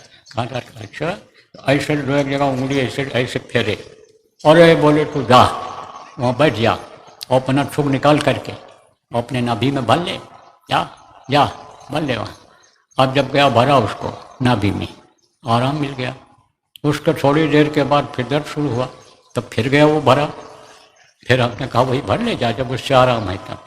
तो गया भरा, फिर थोड़ी देर के बाद गया पेशाब करने, तो उसमें से पथरी निकल गई, पथरी थी, पथरी निकली। तो जब दबाव बना, जलन पैदा हुआ, और फिर जब दबाव बनाया उसने, तो वो फट से पेशाब के रास्ते से निकल गई। अब वो उठा के देखा ऐसे, तो कहता ये क्या है, लाया दिखाया, तो लोग जानकार थे वहाँ पर, अरे तो पथरी है, तेरा तो कांटा निकल गया, अब नहीं दर्द करेगा तेरा। तो दया उधर से होती है, दवा दुआ कहाँ काम करती है, रोग में काम करती है दवा, दुआ कहाँ काम करती है, कर्मों को नष्ट करती है जो जान अनजान में बन गए, तब तकलीफ जाती है। तो कोई ना कोई बहाना बनाना पड़ता है, तब आदमी को विश्वास होता है, ऐसे विश्वास नहीं होता है। विश्वास तब होता है जब कोई बहाना मिलता है। तो पहले समझो कि पहले गुरु महाराज से आज करके कोई चीज़ बता दिया गया, कोई टेलीफोन भी किया, तकलीफ बताया, तो बताया आराम मिल गया, आराम मिल गया। लेकिन पक्का विश्वास नहीं होता था। कुछ लोगों को तो हुआ, अब ये ठीक भी नहीं था, तब ये सोचा गया भाई ये जो तकलीफ देने वाले लोग हैं उनको भी बुलाया जाए, और जो तकलीफ का हरण करते हैं, जो भूल चूक गलती की माफ़ी करते हैं, ऐसे महान शक्तियों से, अदृश्य शक्तियाँ जो इन आँखों से नहीं देखी जा सकती हैं, उनसे प्रार्थना करके उनको भी बुलाया जाए। और गुरु महाराज तो भक्त के वश में होते हैं, उनको तो जो ही भक्ति से बुलाएगा पुकारेगा वो तो अनिल समझो एक तरह से क्या बताऊँ। तो गुरु महाराज से भी आह्वान किया गया, उनके गुरु से भी आह्वान किया गया, इसके अलावा भी शक्तियों से आह्वान किया गया कि इनके पहले दुख को दूर करिए, इनकी तकलीफ़ों को दूर करिए। तो तकलीफ़ों के दूर करने की जगह वो बना दी गई है। उधर वो देखो झंडे लगे हुए हैं, वो एक देखो वो पंडाल बना हुआ है, एक सबसे ऊंचा झंडा है, छोटे छोटे झंडे लगे हैं। अभी उठोगे तब दिखाई पड़ेगा, बैठे बैठे नहीं दिखाई पड़ेगा। तो जिन लोगों को किसी भी तरह की तकलीफ है, आप लोग वहाँ जाना, और श्रद्धा रहनी चाहिए, भाव रहना चाहिए आपके अंदर। भक्ति जिसको बताया है वो चीज़ रहनी चाहिए आपके अंदर। विश्वास के साथ आप हाथ जोड़ना, अंदर में आंख बंद करके अंदर में अपनी तकलीफ को कहना। तो बहुत से लोगों को तो बहुत तकलीफ है, तो सब गिना डालोगे? अरे एक एक करके पूछ लो, एक एक करके ठीक कर लो। अरे कुछ लोगों का तो सब ठीक हो जाएगा, सब ठीक हो जाएगा। लेकिन भाव, भक्ति जिसके अंदर जिस तरह की रहेगी, कर्म जिसके रहेंगे जिस तरह के, उसको उस तरह से फायदा होगा। देखो बर्तन कोई होता तो जो ज़्यादा गंदा बर्तन होता है उसको कई बार धोना पड़ता है। कपड़ा ज़्यादा गंदा हो गया, एक बार में साफ नहीं होता है, बार बार जब साबुन लगाओ, बार बार धो तब साफ होता है। ऐसे ही जिसकी अंतरात्मा ज़्यादा गंदी होगी, आप ये समझो प्रेमियों, उसको कम फायदा होगा। और जो निर्मल होगा, मर्ज हल्का होगा, तो जैसे मर्ज हल्का होता है, एक ही खुराक दो खुराक दवा फायदा कर जाती है। मर्ज पुराना हो जाता है तो कई महीने कई साल दवा खानी पड़ती है, जिंदगी भर खानी पड़ती है, सब जिंदा रह पाता है आदमी। ऐसे ही समझिए, फायदा तो सबको होगा, लेकिन फायदा कैसे होगा? धक्के मुक्का करोगे तब कि हम दौड़ करके जल्दी ले लें, उनको नहीं मिलेगा जो धक्के मुक्का करेंगे, अनुशासनहीनता करेंगे। और अगर विश्वास आपको होगा कि जब सबको देते हैं वो तो हमको क्यों नहीं देंगे, हमारे पिता हैं, हमारे पति हैं, हमारे परमेश्वर हैं, ये विश्वास रहेगा तो सबको देंगे। 4 बच्चे होते हैं बाप के, तो जो अच्छा बाप होता है, जो अच्छा गृहस्थ होता है, सबके लिए करता है, सबको कपड़े बनवाता है, सबके खाने का इंतजाम करता है। ऐसे वो हैं सकल जीव मुक्त्याया, सब जीव तो उन्हीं के हो। तो जल्दबाजी मत करना, दूर से भी अगर प्रणाम करना पड़ जाएगा आपको तो समझो आपकी दूर से भी प्रणाम करने पर भी लाभ मिलेगा। तो जल्दबाजी मत करना, आराम से अब से ले करके। और आप फिर समझो कि कल समय तो आप समझो कि सत्संग के बाद तक का भी समय रहेगा, सुबह का सत्संग के बाद तक का, उसमें जब आपको मौका मिले रात में, अभी जब, तब एक बार आप वहाँ चले जाना, वहाँ सेवादार रहेंगे, बताएंगे, और आप वहाँ प्रणाम कर लेना, बोल लेना। दूरी बनाए रखना बराबर, एक दूसरे से चिपक के नहीं जाना है। देखो फायदा तभी होगा, समझ लो, याद कर लो, रख लो कि जब जो बता रहा हूँ वैसा ही जब करोगे तब फायदा होगा, और नहीं तब नहीं होगा, तब नहीं होगा। तब तो कहोगे आंगन न जाने, नाचन न जाने आंगन टेढ़ा। किसी ने कहा कि आंगन में नाच करो, नाचो, हम नाचना जानते नहीं, तो कहते ये आंगन टेढ़ा है, इसमें नाच नहीं बनेगा। और आंगन तो सीधा है, लेकिन यही कह करके छुट्टी पा गए। तो ऐसे ही समझ लो कि कहोगे अरे बेकार है, कुछ नहीं, हमको कोई फायदा नहीं मिला। तो फायदा ले नहीं पाओगे, कैसे फायदा होगा आपको? इसलिए अनुशासन से आपको मिलेगा कुछ, अगर मिलेगा वहाँ तो अभी धीरे धीरे आप जाना, पीछे जो लोग बैठे हो जिनको मान लो कोई तकलीफ है, उनको पहले हो जाने देना, और फिर आप कभी भी कर लेना, कोई दिक्कत नहीं। कभी भी एक बार, बार बार जाने की जरूरत नहीं वहाँ पर। बार बार किसी से कोई चीज़ कहो तो क्या क्या बोलेगा वो? गुस्सा करेगा, चिढ़ जाएगा। तो बार बार वही चीज़ कहते रहते हो, इससे बार बार तो कोई चीज़ कहनी नहीं चाहिए। जो समझदार हों, अपने से बड़े हों, जिनसे कुछ मिल सकता है, उनको परेशान नहीं करना चाहिए। तो वहाँ बार बार मत जाना, एक बार चले जाना। आप समझो कि 24 घंटे के अंदर, यानी आप एक बार चले जाना वहाँ, और कह लेना अपनी तकलीफ, जो भी तकलीफ है आपको, कैसी भी तकलीफ होगी कह देना, फायदा सबको होगा। 2 आना 4 आना से लेकर 16 आना तक फायदा होगा। हमको अपने गुरु पर भरोसा और विश्वास है। बस हमारी बात पर आप विश्वास कर लोगे तो फायदा मिल जाएगा आपको। तो अभी शुरू होगा। अभी हम तो इधर निकलेंगे, जाएंगे इस मिलते जुलते वहाँ जहाँ कुटिया में ठहरे, और आप लोग अपने अपने हिसाब से वहाँ जाते रहेंगे। तो बोलो जय गुरुदेव, जय गुरुदेव, जय गुरुदेव, जय गुरुदेव, जय गुरुदेव, जय जय गुरुदेव।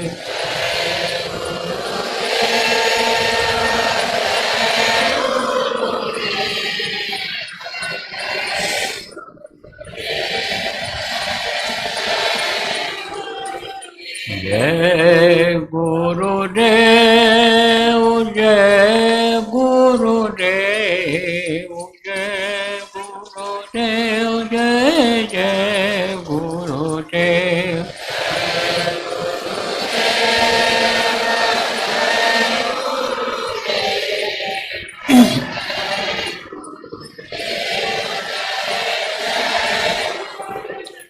जय गुरुदेव, जय गुरुदेव, जय गुरुदेव, जय जय गुरुदेव।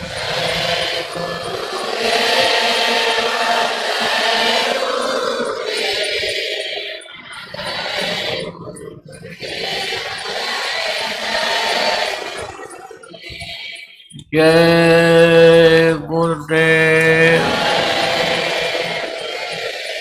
अरे बोलो जय गुरुदेव, जय गुरुदेव, जय गुरुदेव, जय।